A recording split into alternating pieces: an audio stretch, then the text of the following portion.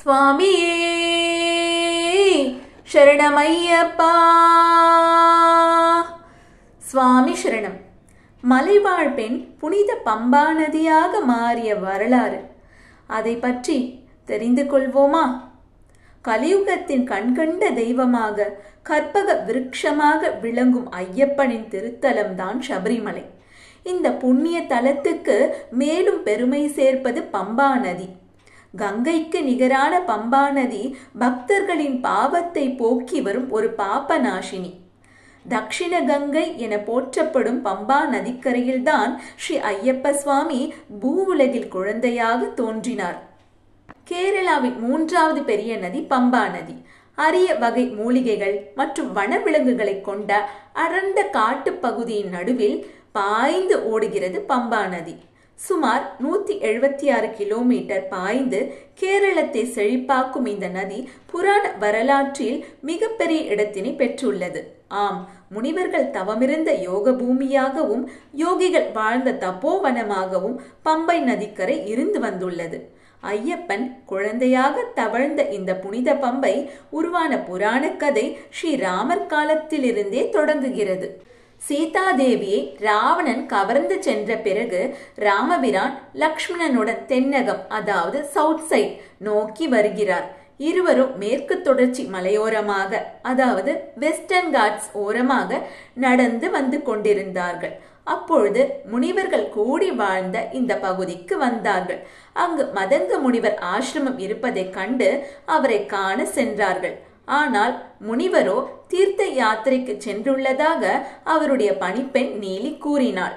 வந்திருப்பவர்கள் ராம லக்ஷ்மணர்கள் என்று அறிந்ததும் அந்த பெண் மிகவும் மகிழ்ந்து அவர்கள் இருவரையும் வணங்கி வரவேற்று உபசரித்தாள். அவளது வரவேற்பை கண்டு மகிழ்ந்த ராம லக்ஷ்மணர்கள் அவளை வாழ்த்தினார்கள். அவர்களிடம் நீலி தான் மதங்க முனிவருக்கு பணிவிடைகள் செய்து வருவதாகவும் தான் மலைவாழ் இனத்தை சேர்ந்த பெண் என்றும் தன்னை அறிமுகப்படுத்தி கொண்டாள்.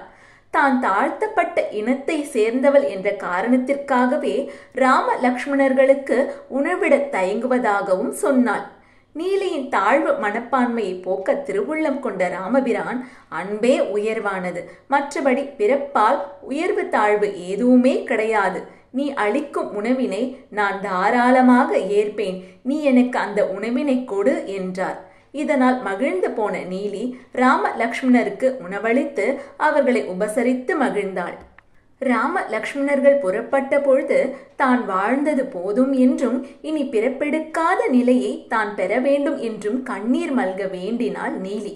கள்ளம் கபடமற்ற அவளின் அன்பினை உணர்ந்து ராமபிரானும் அவளது மனக்குறையை அகற்றி அனைவரும் அவளை போற்றும் வகையில் அவளை பெருமைப்படுத்த விரும்பினார். தனக்கு மோட்சம் அளிக்க வேண்டும் என்று வேண்டிய நீலியிடம், அன்பால் உயர்ந்த உன்னை இந்த உலகமே புகழும் நிலை வரும், இந்த பகுதிக்கு வரும் எல்லோரும் உன்னை போற்றி புகழும் நிலையை உனக்கு அளிக்கிறேன் என்று சொல்லி நீலியை பொங்கிப் பெருகும் நீரூற்றாக மாற்றினார். வேகமாக பொங்கிய நீலி நதியாக மாறினாள். தனக்கு மோட்சம் அளித்த ராமபிரானின் திருவடிகளை தழுவி வணங்கினாள். அருவியாக மாறி தனது பயணத்தை அந்த மலை உச்சியிலிருந்து தொடங்கினாள்.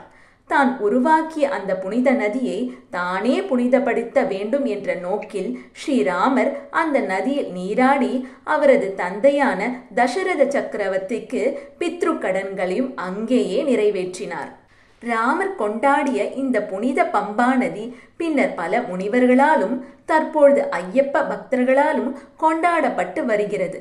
பம்பைக்கு 1.5 கிலோமீட்டர் தூரத்தில் கல்லாறு, கட்டாறு எனும் 2 ஆறுகள் பம்பையில் இணைகின்றன. இதனால் இது ஒரு திரிவேணி சங்கமம் எனவும் போற்றப்படுகிறது. பம்பை பேருந்து நிலையத்திற்கு பக்கத்தில் பம்பை ஆற்றின் கரையோரம் ஒரே கல்லில் 2 பாதங்கள் இருக்கின்றன. இதை பக்தர்கள் ஸ்ரீராமபாதம் என சொல்லி வழிபடுகிறார்கள். மகரவிளக்கு பூஜைக்கு முன்னர் பம்பை நதிக்கரையில் பம்பா உற்சவம் நடைபெறும். அப்பொழுது இலைகளால் ஆன சிறிய தோணிகள் செய்து 100 கணக்கில் விடுவார்கள். பம்பையில் வழிபட்ட பின்னரே ஐயப்பமார்கள் சபரிமலை ஏறி செல்வது இன்று வழக்கமாக உள்ளது. இதுவே புனித பம்பையின் வரலாறாகும். சுவாமியே சரணமையப்பா.